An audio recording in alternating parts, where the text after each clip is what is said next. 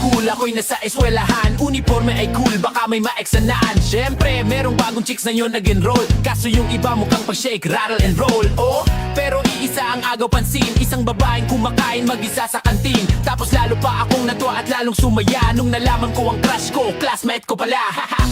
Ngayon na madiskartehan, wala akong pake kung magtaray o mag-enarte yan. Basta gusto ko lang sabihin salitang nakakasado. Sa exam ng puso ko, alam mo ba ikay pasado. Pero teka lang, pangalan mo di ko pa alam. Hoy mister, wag kang maingay, tumahimik ka man. Anyway, di ko pa rin alam pangalan mong banal. Pero pwede ba, tawag ko na lang sa'yo mahal. Unang araw pa lang minahal na kita.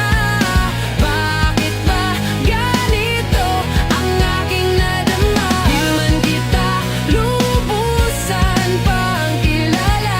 Ano naman, basta mahal kita.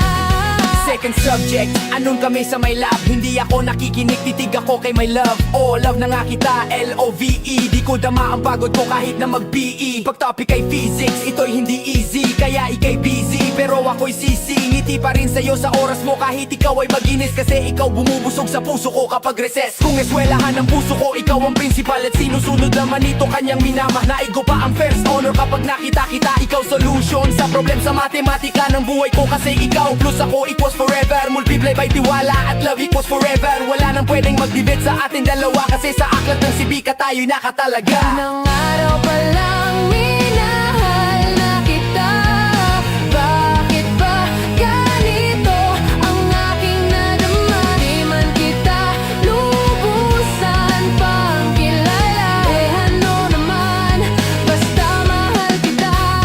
Tumanggi ako sa tropa pag sinabing karing tayo. Kasi misyon ko sa aking pagpasok maging tayo. Yayayain lang nila ako sa bilyarang kalapitan. Bakit pa ako dun sasama kung sa iyong tabi kalangitan? Di ba tama aking katwiran? Sa eskwelahan doon na kita natatabihan. Kapag ikaw ang sine ko ayoko nang lumisan. Sana dito na lang tayo at walang uwian. Damn, baliw na ba ako? Hay nako, lagot sa aking assignment. Quiz at exam, pangalan mo sagot. Lagi kong hinahanap ang iyong essence at presence. Kasi kinukumpleto mo ang nonsense na sentence. Kaya di na aabsent, you're the angel God sent. Ayos ba ang accent? Siyempre laging present. Di nawawala sa school, laging lumalapag. Kasi ikaw ang dahilan kung ba't ako nagsisipa. Unang araw pa lang minahal na kita.